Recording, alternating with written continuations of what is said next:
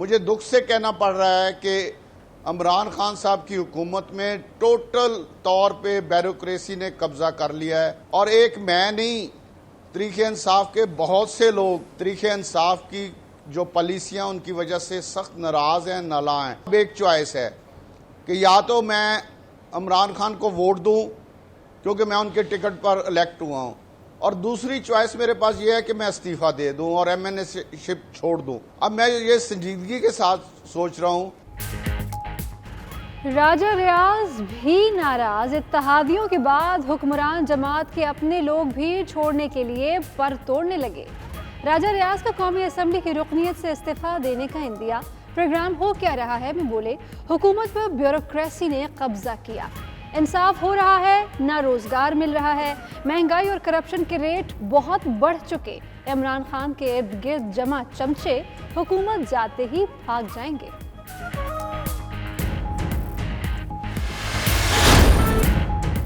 Lockdown और corona virus की वबा के नतीजे में बरतानवी बच्चों के जहनी दबाव में इजाफा। वालिदैन या करीबी रिश्तेदारों के वायरस में मुब्तला होने से बच्चे नफ्सियाती मसाइल का शिकार।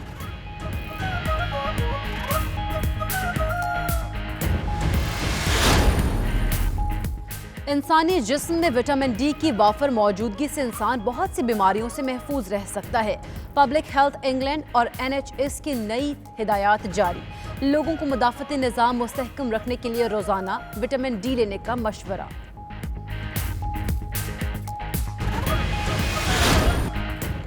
कोरोना वायरस से क्रिसमस की रौनकें मांद पड़ने का खदशा। बरतानवी फनकारों को वबा के बायस मुआशी बदहाली का सामना। हुकूमती ताउन के बगैर क्रिसमस के मौका पर रवायती स्टेज शो मुनक्किद करना मुश्किल हो गया।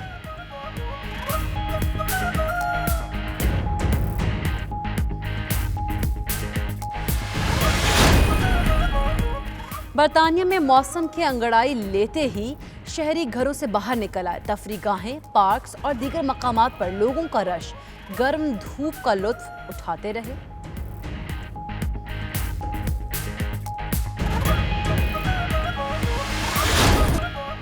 मलेशिया में पाकिस्तानी आम के जायके की धूम। कोलालंपुर के शॉपिंग मॉल्स और मार्केट्स पाकिस्तानी आम से सज गई।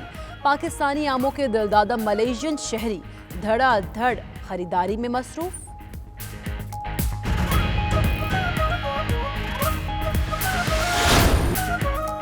फ्रैंकफर्ट में पीपल्स पार्टी जर्मनी के ज़ेर एहतमाम शहीद बेनज़ीर भुट्टो की सालगिरह की तकरीब। पार्टी रहनुमा EU Pak friendship federation Germany के सदर अंसर बट और कारकुन शरीक। शहीद बीबी की खिदमात को खराज तहसीन पेश।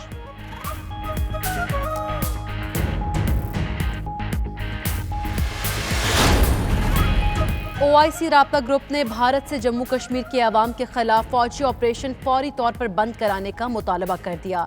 जद्दा में पाकिस्तानी मंदूब रिजवान शेख की प्रेस कॉन्फ्रेंस।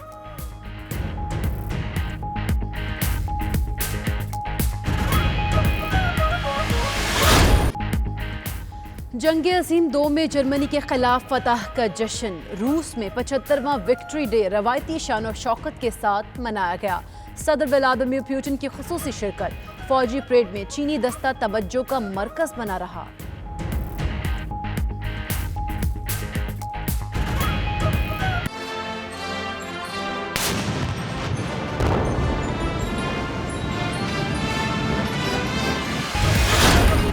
कैनेडियन सूबे क्यूबेक में कोरोना लॉकडाउन में नरमी। मॉन्ट्रियल समेत छोटे बड़े शहरों में जिम और रेस्टोरेंट्स खुल गए।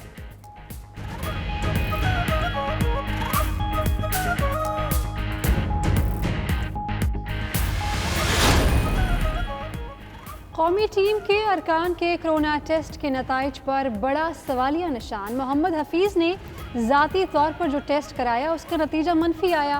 क्रिकेट बोर्ड के टेस्ट में हफीज़ समेत 10 खिलाड़ियों में कोरोना की तशख़ीस हो गई। PCB ने हफीज़ के निजी लैब की रिपोर्ट मेडिकल बोर्ड को भिजवा दी। उधर कोरोना टेस्ट मनफी आने वाले क्रिकेटर्स और ऑफिशियल्स लाहौर में होटल में मुंतकिल।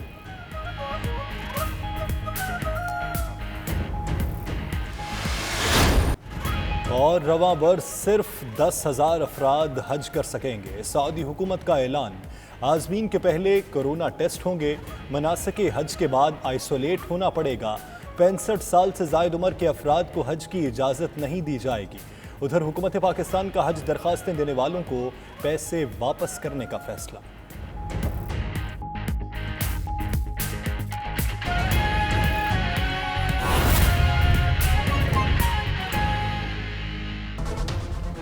बिस्मिल्लाहिर्रहमानिर्रहीम, अस्सलामुअलैकुम। प्राइम टाइम बुलेटिन में मैं हूं आपके साथ सैयदा इकरा बुखारी। मैं हूं यासिर रशीद और मैं हूं आपके साथ राफ़े आवान। बुलेटिन में सबसे पहले बात करेंगे कल के ज़लज़ले के आफ्टर शॉक्स की।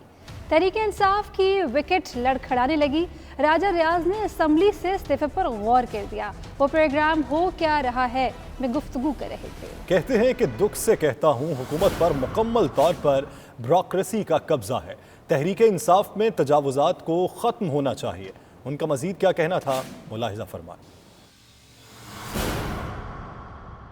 मुझे दुख से कहना पड़ रहा है कि इमरान खान साहब की हुकूमत में टोटल तौर पे ब्यूरोक्रेसी ने कब्जा कर लिया है और एक मैं नहीं, तहरीक इंसाफ के बहुत से लोग तहरीक इंसाफ की जो पॉलिसियां उनकी वजह से सख्त नाराज हैं, नाला हैं। अब एक चॉइस है कि या तो मैं इमरान खान को वोट दूं क्योंकि मैं उनके टिकट पर इलेक्ट हुआ हूं, और दूसरी चॉइस मेरे पास ये है कि मैं इस्तीफा दे दूं और MNA शिप छोड़ दूं। अब मैं ये संजीदगी के साथ सोच रहा हूं।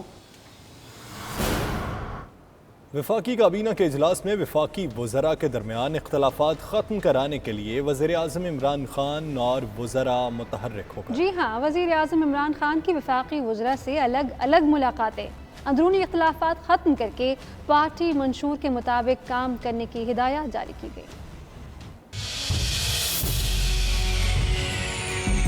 ज़राए के मुताबिक फैसल वाउडा इजलास में वज़ीर आज़म के हक़ में बोलते बोलते गुस्से में आ गया। काबीना इजलास में जलजले के आफ्टर शॉक्स रोकने के लिए इमरान खान खुद फ्रंट फुट पर आ गए। वजीर आजम हाउस में सुलह सफाई कराने का दिन, वजीर आजम की तलबी पर वज़रा हाजिर हुए और अपनी अपनी वजाहतें पेश की। वजीर आजम इमरान खान और सदर मुमलिकत से फैसल वाडा की अलग अलग मुलाकात हुई। काबीना इजलास में होने वाली गर्मा गर्मी पर बातचीत हुई। फैसल वाडा ने क़यादत को काबीना इजलास में बरहम होने की वजह बताई। हुकूमती कारकर्दगी और काबीना अराकीन से मुताल्लिक तहफ़्फ़ुज़ात से आगाह किया और बाज़ वज़रा की कारकर्दगी से मुताल्लिक मालूमात भी शेयर की।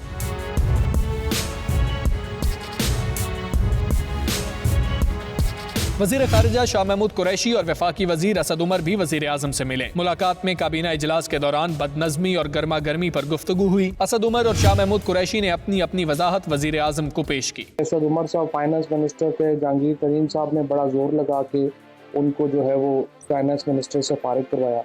फिर असद उमर साहब जब आए, दोबारा आए, उन्होंने पूरी कोशिश करके फिर जहांगीर तरीन को फारिग करवा दिया। उधर मुतनाज़ा इंटरव्यू के बाद वफाकी वजीर असद उमर और फवाद चौधरी फिर से मिल बैठे। दोनों वज़रा में मुलाकात खुशगवार माहौल में हुई। उस्मान डार भी मौजूद थे। मुलाकात में काबीना इजलास में होने वाली बहस पर भी बातचीत हुई। फवाद चौधरी ने अपने इंटरव्यू से मुताल्लिक वजाहत दी। दोनों वज़रा ने गिले शिकवे खत्म करने पर इत्तेफाक किया। वज़ीर दफ़ा परवेज़ खटक की क़यादत में हुकूमती वफ़द ने नाराज़ इत्तेहादी रुकने कौमी असम्बली शाहज़ैन बुगटी से मुलाकात की। ज़राए के मुताबिक शाहज़ैन बुगटी ने वादे पूरे न होने पर कहा वो अपने हल्के में नहीं जा सकते। मुतालिबात तस्लीम न हुए तो अपोजिशन से मिलकर हिकमत अमली तय करेंगे। वज़रा एक दूसरे की नहीं सुन रहे, हमारी क्या सुनेंगे। मुलाकात के बाद परवेज़ खटक ने मीडिया से गुफ्तगू करते हुए कहा मुलाकातों का सिलसिला आइंदा भी जारी रहेगा। हुकूमत को नुकसान नहीं होगा, सब कुछ ठीक ठाक चल रहा है।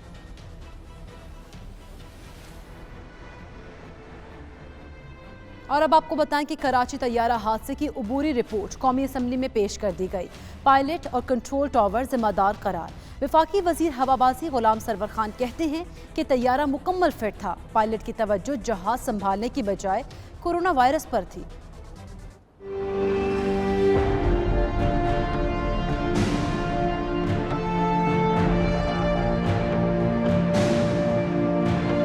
PIA तैयारा हादसे की अबूरी रिपोर्ट कौमी असम्बली में पेश। वजीर एविएशन गुलाम सरवर खान ने बताया कंट्रोल टावर और पायलट की कोताही सामने आई। एयर कंट्रोलर ने 3 बार पायलट को ऊंचाई से मुतालिक बताया, मगर पायलट ने हिदायत को नजरअंदाज किया। लैंडिंग गियर के बगैर जहाज 3 बार रनवे से टच हुआ। दोनों पायलट दौरान परवाज हाजिर दिमाग नहीं थे। पायलट और को पायलट फोकस्ड नहीं थे। उनके ज़हन पे कोरोना सवार था, उनकी फैमिली मुतासिर थी और वो कोरोना ही की डिस्कशन कर रहे थे। लैंडिंग में आया, लैंडिंग पोजीशन पे आया तो कंट्रोल टावर ने उससे मना किया कि आप ज़्यादा हाइट पे हैं, आप नीचे आएँ। तो बड़ी जल्दी में उसने उसकी कॉल सुनी और उसने कहा यार मैं मैनेज कर लूँगा, और फिर कोरोना से बात शुरू कर दी। एक ओवर कॉन्फिडेंस था और वो फोकस नहीं था, उसकी कंसंट्रेशन नहीं थी। गुलाम सरवर खान ने कहा, ये पहला वाकया नहीं, 72 साल में 12 हादसा हुए मगर बर वक्त तहकीकात हुई ना रिपोर्ट सामने आई। हादसे में 29 घर तबाह हुए जिनका अजाला किया जाएगा। 19 अफराद के लवाहिकीन को 10-10 लाख रुपए अदायगी की गई। घर में मौजूद बच्चे के लवाहिकीन को भी मुआवजा दिया गया। जिन घरों पे ये जहाज गिरा है 29 घर ऐसे हैं जो डैमेज हुए हैं, उनके रहायशी इंतजामात किए गए हैं और उन खानदानों को रहायश के लिए जगह भी फराहम की गई और साथ ही साथ कुछ रुकूमात भी किराए के लिए फराहम की जा रही हैं। जितने बदकिस्मत लोग शहीद हुए हैं उन्हें भी कंपनसेशन जो न होने के बराबर 10 लाख फी कस के हिसाब से 90 लोगों को वो भी अदा कर दी गई। विफाकी वजीर गुलाम सरवर खान का PID में न्यूज कॉन्फ्रेंस के दौरान कहना था कि एक तरफ पायलट ने एयर कंट्रोलर की हिदायत पर अमल नहीं किया, जबकि दूसरी तरफ कंट्रोलर ने पायलट को इंजन को पहुंचने वाले नुकसान से आगाह नहीं किया। पायलट्स और कंट्रोलर दोनों ने मरवजा तरीकाकार को इख्तियार नहीं किया। एक तरफ पायलट ने कंट्रोलर की हिदायत को नजरअंदाज किया तो दूसरी तरफ कंट्रोलर ने भी पायलट के जहाज को इंजन का रगड़ा खाने के बाद नुकसान के बारे में आगाह नहीं किया। सिविल एविएशन अथॉरिटी ने कराची तैयारा हादसे की 21 अफराद पर मबनी रिपोर्ट में कॉकपिट क्रू और ATC को हादसे का जिम्मेदार करार दिया। एविएशन अथॉरिटी ने कहा, तहकीकाती टीम ने cockpit crew, air traffic controller की तमाम हिस्ट्री का जायजा लिया।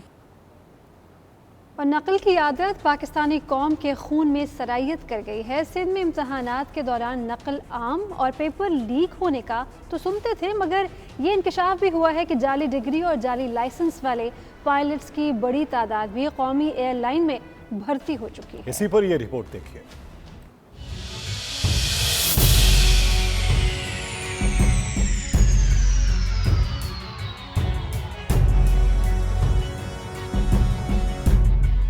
सिंध में बोर्ड इम्तिहानात के दौरान नकल आम का सुनते थे। बच्चे एक दूसरे के साथ नकलबाजी का मुकाबला करते थे, मगर ये इंकशाफ भी हुआ है कि पाकिस्तान में पायलट बनने की भी लूट सेल लगी है। लगता है कोई रोकने वाला ही नहीं था, जिसकी वजह से जाली डिग्री और जाली लाइसेंस वाले पायलट्स ने जिंदगियां दांव पर लगा दी। वफाकी वजीर गुलाम सरवर खान ने कहा, पायलट्स की सियासी भर्तियां दुख की बात है। पाकिस्तान में टोटल 860 एक्टिव पायलट्स हैं, लेकिन उनमें 262 ऐसे भी हैं जिन्होंने कोई इम्तिहान नहीं दिया, बल्कि उनकी जगह डमी उम्मीदवार को बिठाया गया। टोटल एक्टिव पायलट 860 हैं पाकिस्तान में। जो बोर्ड ऑफ इंक्वायरी था वो इस नतीजे पे पहुंचा कि 860 में से 262 ऐसे पायलट्स हैं जिनके लाइसेंसेस मशकूक हैं, जिनके एग्जाम्स की डेट्स मशकूक हैं, जिनके एग्जाम्स मशकूक हैं। गुलाम सरवर खान का मजीद कहना है, हमारे इदारों में भी मेरिट डीमेरिट नहीं देखा जाता। चीफ जस्टिस ने डिग्रियां चेक करने का हुक्म दिया था, जिस पर 4 पायलट्स की डिग्रियां जाली निकली थी, जो बड़ी बदकिस्मती है। 2006 से एक प्रोसेस शुरू हुआ मुख्तलिफ अदारों के अंदर डिग्रीज वेरिफिकेशन का, और सुप्रीम कोर्ट ने इस पे सुओ मोटो एक्शन भी लिया। 600 कुछ लोग PIA के अंदर ऐसे निकले जिनकी डिग्रियां ठीक नहीं थी, किसी की मैट्रिक ठीक नहीं है, किसी की FA ठीक नहीं है, किसी की BA ठीक नहीं है, और बदकिस्मती से 4 पायलट्स की डिग्रियां भी ठीक है। गुलाम सरवर खान ने ये इंकशाफ भी किया कि 90% से जायद ड्राइविंग लाइसेंस बगैर इम्तिहान के पैसे देकर मिल जाता है। 50 साल प्रैक्टिकल जिंदगी में किसी ड्राइवर को सजा होते हुए नहीं सुना। 10, 20, 50 बंदे मारो और बरी हो जाओ। लाइसेंस ट्रेनिंग के बाद हमने कभी लाइसेंस नहीं लिया, टेस्ट पास करने के बाद हमने कभी लाइसेंस नहीं लिया। मैनेज करके लाइसेंस ले लेते हैं, लेकिन मेरे जाती मुशाहिदे में है कि आज तक कोई भी ड्राइवर जिसकी गलती या कोताही या सुस्ती या कोई भी वजह कि ड्राइवर सजा हुआ। पायलट्स के बारे में वजीर हवाबाजी के इंकशाफात अपनी जगह, लेकिन सवाल ये पैदा होता है कि क्या सिविल एविएशन अथॉरिटी माजी में पायलट्स की भर्ती के वक्त किसी मयार को मद्देनजर नहीं रखती थी और सिर्फ सिफारिशी और सियासी भर्तियां ही होती थी। यूरोप के दीगर ममालिक की तरह बरतानिया में भी लॉकडाउन में नरमी का सिलसिला जारी है और 4 जुलाई को मुल्क भर के रेस्टोरेंट्स, होटल्स, तफरीगाहें और दीगर मकामात खुल जाएंगे। इस हवाले से मजीद जानते हैं bureau chief UK Ghulam Hussain Awan से। जी गुलाम हुसैन अवान, बताइएगा इस बारे में। जी बिल्कुल, इटली, फ्रांस और स्पेन के बाद जो है वो बरतानिया ने भी जो है वो ज़िंदगी मामूल पर लाने के लिए जो है वो इक़दाम जो है वो शुरू कर दिए हैं।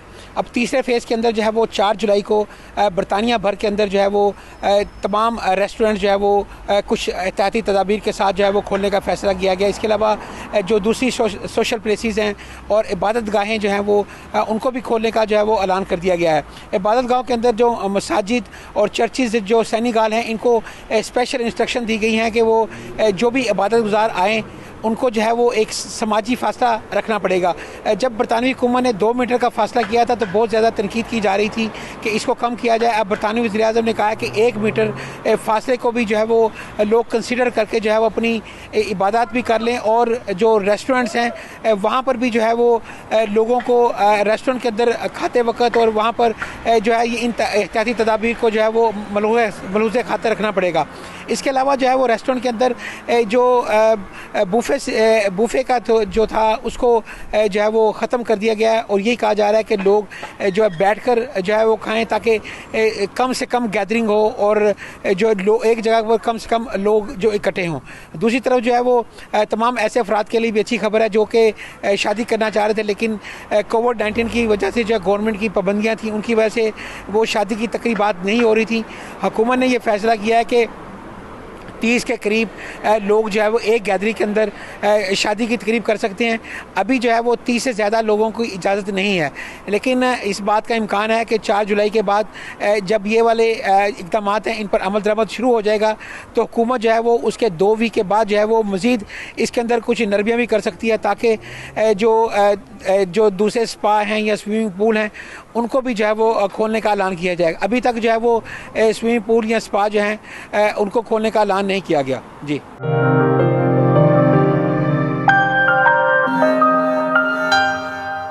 अगर इंसानी जिस्म में विटामिन डी की कमी नहीं तो वो बहुत सी बीमारियों से महफूज रह सकता है। पब्लिक हेल्थ इंग्लैंड और NHS ने नई हिदायत जारी की हैं जिनमें लोगों को मुदाफ़ियती निज़ाम मुस्तहकम रखने के लिए रोज़ाना विटामिन डी लेने का मशवरा दिया गया। तफसीलात bureau chief UK Ghulam Hussain Awan की इस रिपोर्ट में। बरतानिया में विटामिन डी की कमी एक बड़ा मसला है। एक अंदाजे के मुताबिक मुल्क में तकरीबन 20% बालिग अफराद जबकि हर छठा बच्चा मुनासिब मिकदार में विटामिन डी नहीं लेता। खदशा है कि लॉकडाउन के दौरान इस शरह में नुमाया इजाफा हुआ। एंग्लिया रिस्कन यूनिवर्सिटी की एक तहकीक से ये बात जाहिर होती है कि जिन यूरोपीय ममालिक के लोगों में विटामिन डी की कमी थी वहाँ कोरोना की वबा शुरू होते ही बड़ी तादाद में अमवात हुई। रिपोर्ट के मुताबिक मार्च के आखिर, अप्रैल के अवाइल और सितंबर के अवाखिर में ज्यादातर लोग अपनी जरूरत की तमाम विटामिन डी धूप से हासिल करते हैं, जबकि मौसम खिज़ां और सरमा के दौरान विटामिन डी खुराक से हासिल करना पड़ता है। लंदन में विटामिन की माहिर क्लिनिकल डायरेक्टर बियांका स्ले कहती हैं जिस शख्स में विटामिन डी की कमी होगी वो बैक वक्त जोड़ों, हड्डियों और मसल्स में दर्द महसूस करेगा। महकमा सेहत के मुताबिक विटामिन डी की कमी से हड्डियों की साख्त बिगड़ सकती है। विटामिन डी जिस्म के उन खुलियों के साथ मिलकर काम करता है जो इन्फेक्शन से लड़ते हैं। न्यूकासल यूनिवर्सिटी के मुताबिक जो लोग इजाफी विटामिन डी लेते हैं इनके मसल्स की कारकर्दगी बेहतर हो जाती है। मुमर अफराद में विटामिन डी की कमी से डिप्रेशन की शिकायत पैदा हो सकती है। Ghulam Hussain Awan, 92 news, London. बरतानिया में कोरोना से जहां हर तरफ खौफ था और जानी नुकसान हो रहा था, वहीं पैदाइश से 3 माह कबल पैदा होने वाले बच्चे ने लोगों की तवज्जो समेट ली। नौमौलूद वक्त से पहले दुनिया में आया तो उसे जिंदगी की किरण के तौर पर देखा गया। बच्चा सेहतमंद और अब बर्नले में अपने घर मुंतकिल हो चुका है। तफसीलात के लिए रिपोर्ट देखिए।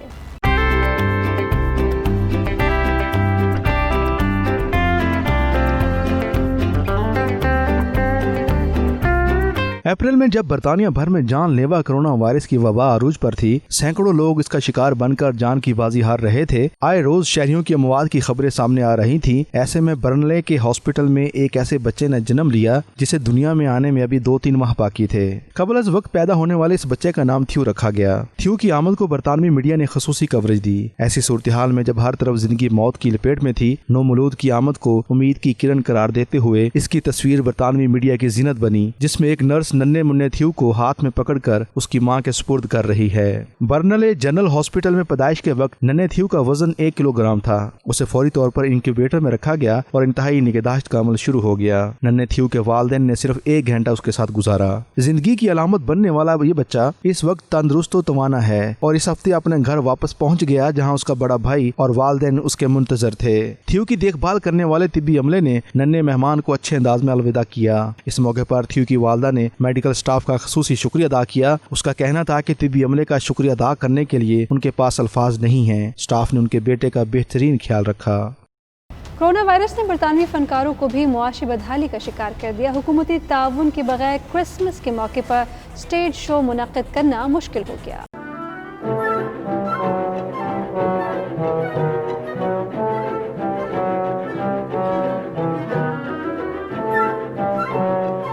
बरतानिया में कोरोना वायरस का फैलाव रोकने के लिए कम से कम 1 मीटर का समाजी फासला बरकरार रखने की हिदायत की गई है। ऐसे में 2500 सीटों वाले हॉल में सिर्फ 900 अफराद ही बैठ सकते हैं, जो किसी सूरत भी मुनाफा बख्श नहीं होगा।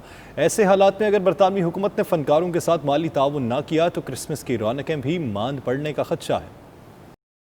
सूरज ने जलवा दिखाया तो लोगों को भी घरों में चैन न आया। बरतानवी दारुल-हुकूमत लंदन में लोगों की बड़ी तादाद ने पार्क्स और खुले मैदानों का रुख कर लिया है। मंजर आम पर आने वाली वीडियो में देखा जा सकता है जिसमें लोग अपनी फैमिली समेत नजर आ रहे हैं। पिकनिक के ऐसे माहौल में बच्चों बड़ों सभी ने मौसम से खूब लुत्फ उठाया। दर्जा हरारत 30 डिग्री सेंटीग्रेड तक जा पहुंचा। बरतानिया में सूरज की इनिंग्स सिर्फ 2 माह से चलती हैं, जिसमें से मई तो गुजर चुका है और अब जून का भी 1 हफ्ता ही बाकी है। ऐसे में लोग एक दिन भी ज़ाया नहीं करना चाहते। शहरियों की बड़ी तादाद ने तफरीह गाहों, पार्क्स का रुख कर लिया है और गर्म मौसम का खूब लुत्फ उठाया है। बुलेटिन जारी है, यहाँ शामिल करेंगे एक ब्रेक। आप रहिए 92 न्यूज़ यूके के साथ।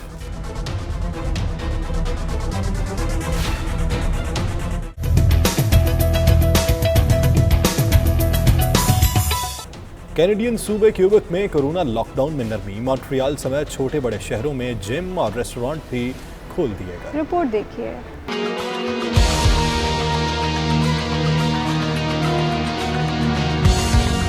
यूरोप के बाद कनाडा में भी कोरोना वायरस के फैलाव में बतदरीज कमी आना शुरू हो गई। वायरस से मुतासरा लोगों की तादाद में कमी हुई तो हुकूमत ने लॉकडाउन में नरमी कर दी। लॉकडाउन में नरमी का ऐलान कैनेडियन सूबे क्यूबेक में किया गया, जहां जिंदगी दोबारा से बहाल होना शुरू हो गई है। रेस्टोरेंट्स खुल गए, लेकिन समाजी फासले को बरकरार रखने की शर्त पर अमल करना निहायत जरूरी है।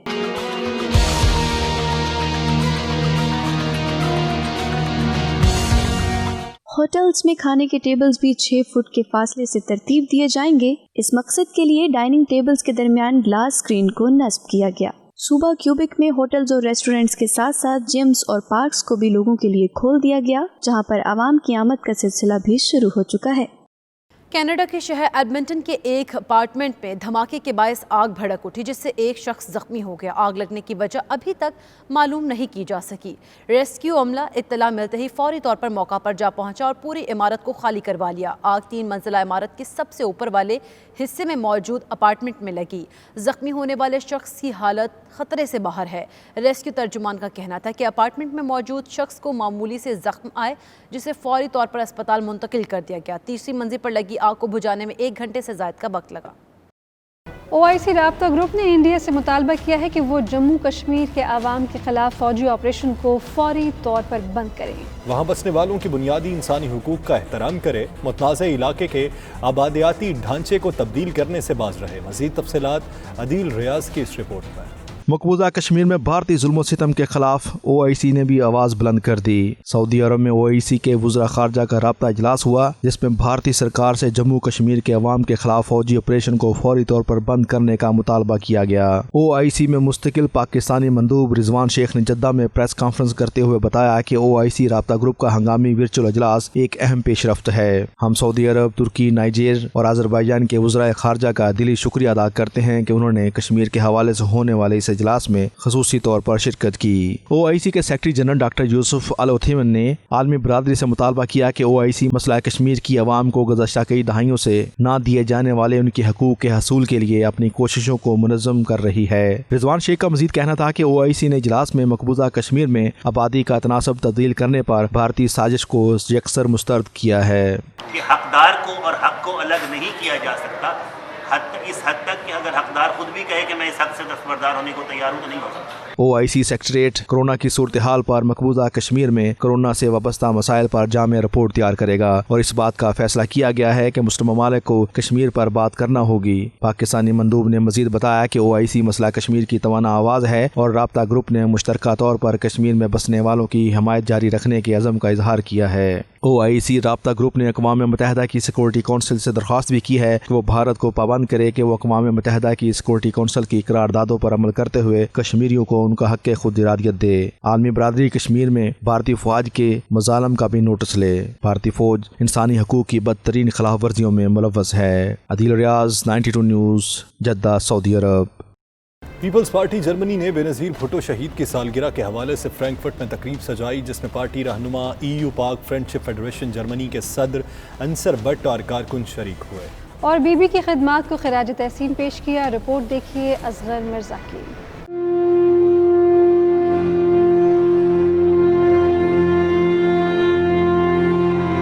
पाकिस्तान समेत दुनिया भर में साबिक वज़ीर आज़म बेनज़ीर भुट्टो शहीद की सालगिरह अकीदत व एहतराम के साथ मनाई गई। इसी हवाले से पीपल्स पार्टी जर्मनी की जानब से बेनज़ीर भुट्टो शहीद की सालगिरह की तकरीब फ्रैंकफर्ट में चौधरी यूनुस की रहायशगाह पर मुनक्कद की गई। तकरीब में सदर Pakistan peoples Party Germany Syed Zahid Abbas, general secretary Farooq Chaudhry, information secretary Rubab Shah, president Bremen Naseem Cheema और सदर EU Pak friendship federation Germany Ansar Butt ने खसूसी तौर पर शिरकत की। तकरीब में इस बात का इयादा किया गया कि चेयरमैन पाकिस्तान पीपल्स पार्टी बिलावल भुट्टो की क़यादत में जमहूरियत के लिए जद्दोजहद जारी रहेगी। जाहिद शाह ने मौजूदा तंजीम की पिछले 2 साल कारकर्दगी पर नजरसानी करते हुए बताया कि जर्मनी में सूबाई और इलाकाई सतह पर तंजीम साजी मुकम्मल हो चुकी है। खास चीज़ हमारे लिए ये बड़ी तकलीफ दी थी कि हमें बड़ा मुख्तसर जो है वो इन यहाँ हिफाजती तदाबीर या जो प्रिकॉशंस हैं उसके लिए वो करनी पड़ती थी और वो हमें करनी भी चाहिए। तो उसका एहतियात करना जो है वो एक मैसेज जाएगा, खुसूसन जब ये तो सिविलाइज कंट्री है, लेकिन अपने पाकिस्तान में जब हमारी ये न्यूज़ और ये चीज़ें जाती हैं तो उनको पता होना चाहिए कि वहाँ बैठे हुए लोग भी जो है वो उसका वो एहसास रखते हैं। उनका मजीद कहना था कि नौजवान नस्ल की सियासी तरबियत के लिए PYO को फाल किया गया है, जिसके सदर शेर जमान खान हैं। इस मौके पर फारूक चौधरी ने कश्मीर इशू के हवाले से पाकिस्तान पीपल्स पार्टी जर्मनी की काविशों को उजागर किया। उनका कहना था कि मसला कश्मीर पर तमाम कौम कश्मीरी बहन भाइयों के साथ खड़ी है। वो शमा जो शहीद जुल्फ़िकार अली भुट्टो ने और मोहतरमा बीबी ने अपने खून से रोशन की, उस शमा को हमेशा जलाए रखना है और उस जद्दोजहद में हर किस्म की कुर्बानी देने से गुरेज नहीं करना। पीपल्स पार्टी को मजबूत बनाए और इंशाअल्लाह नेक्स्ट दौर पीपल्स पार्टी का होगा और आप देख लेना कि पीपल्स पार्टी हुकूमत बनाएगी और बिलावल भुट्टो वज़ीर आज़म होगा। रुबाब शाह ने जर्मनी में मुकीम पाकिस्तानी तलबा व तालबात और ख़वातीन कम्युनिटी को दरपेश मसाइल पर रोशनी डाली। मैं खुद राब्ते में हूँ, बहुत सारी कम्युनिटी की जो पाकिस्तानी कम्युनिटी की यहाँ पे लेडीज़ हैं वो काम करना चाहती हैं, आगे आना चाहती हैं और कुछ पॉलिटिकली आगे आना चाहती हैं, कुछ समाजी तौर पे एक्टिव होना चाहती हैं। तो उनके लिए हम कोशिश करें कि उन्हें एक सेफ पैसेज प्रोवाइड करें, उन्हें ऐसे इन्वायरमेंट प्रोवाइड करें कि जिसमें वो अपनी सलाहियतों को भरपूर तरीके से रोज़गार ला सकें। तकरीब के इख्तिताम पर मीडिया के साथ सवाल जवाब का सेशन भी रखा गया। Asghar Mirza, 92 news, Frankfurt, Germany. Pakistan की पहचान मुनफरिद जायका और खुशबू लिए फलों का बादशाह पाकिस्तानी आम मलेशिया की आवाम के दिलों पर भी राज करने लगा। अनवर रटोल, सिंदड़ी, बैंगनफली, चौसा और सुनहरा मलेशिया के बड़े बड़े शॉपिंग मॉल्स और हाइपर मार्केट्स की जीनत बन गए हैं। तफसीलात जावेद रहमान की रिपोर्ट में।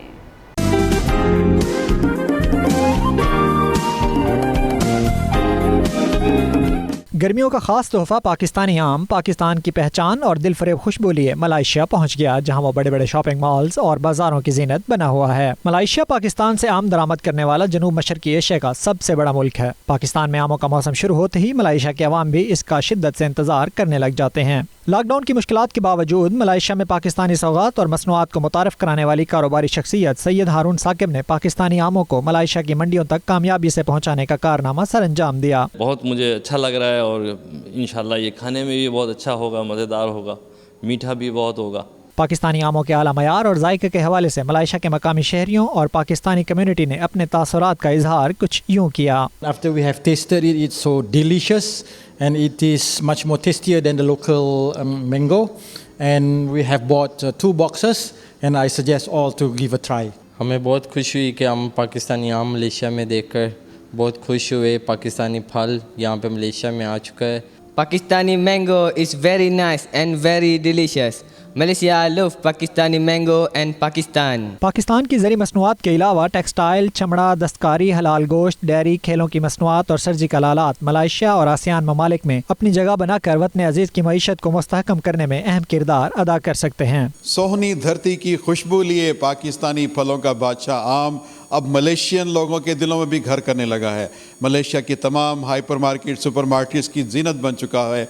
खुदा करे कि हमारी सोहनी धरती इसी तरह आबाद और शाद रहे। सोहनी धरती अल्लाह रखे कदम कदम आबाद तुझे। कैमरा टीम के साथ जावेद रहमान, 92 न्यूज़ कोलंबोर, मलेशिया।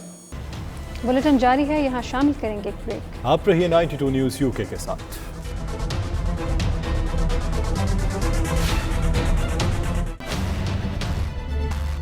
पाकिस्तान क्रिकेट बोर्ड की जानिब से खिलाड़ियों के करवाए गए कोरोना टेस्ट पर सवालात उठने लगे हैं। एक ही दिन में मोहम्मद हफीज की नेगेटिव कोरोना रिपोर्ट ने मस्बत रिपोर्ट आने वाले खिलाड़ियों की रिपोर्ट पर भी सवालिया निशान लगा दिया है। पीसीबी की जानिब से लिए गए टेस्ट में 10 खिलाड़ियों के कोरोना टेस्ट मस्बत आए थे। तफसीलात के लिए रिपोर्ट देखिए।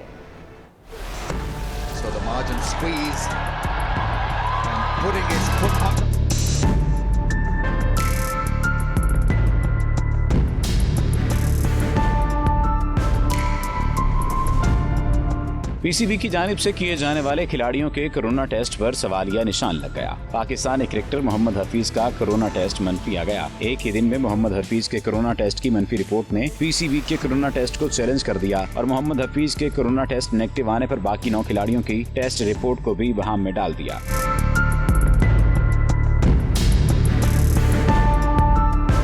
पीसीबी की जानिब से दौरा इंग्लैंड के लिए खिलाड़ियों के लिए गए कोरोना टेस्ट में 10 खिलाड़ियों और एक टीम स्टाफ का कोरोना टेस्ट मुस्बत आया था, जिनमें मोहम्मद हफीज भी शामिल थे। मोहम्मद हफीज ने अपने ट्वीट में कहा, पीसीबी की जानिब से टेस्ट रिपोर्ट में कोरोना पॉजिटिव आने के बाद अपनी तसल्ली के लिए अपना और फैमिली का कोरोना टेस्ट निजी लेबोरेटरी से करवाया है, जो मंफी आया है। साबिक कप्तान ने टेस्ट की रिपोर्ट अपने ट्विटर पर भी शेयर की और अल्लाह का शुक्र अदा करते हुए सबकी मूजी मरज से तहफ्फुज की दुआ भी की।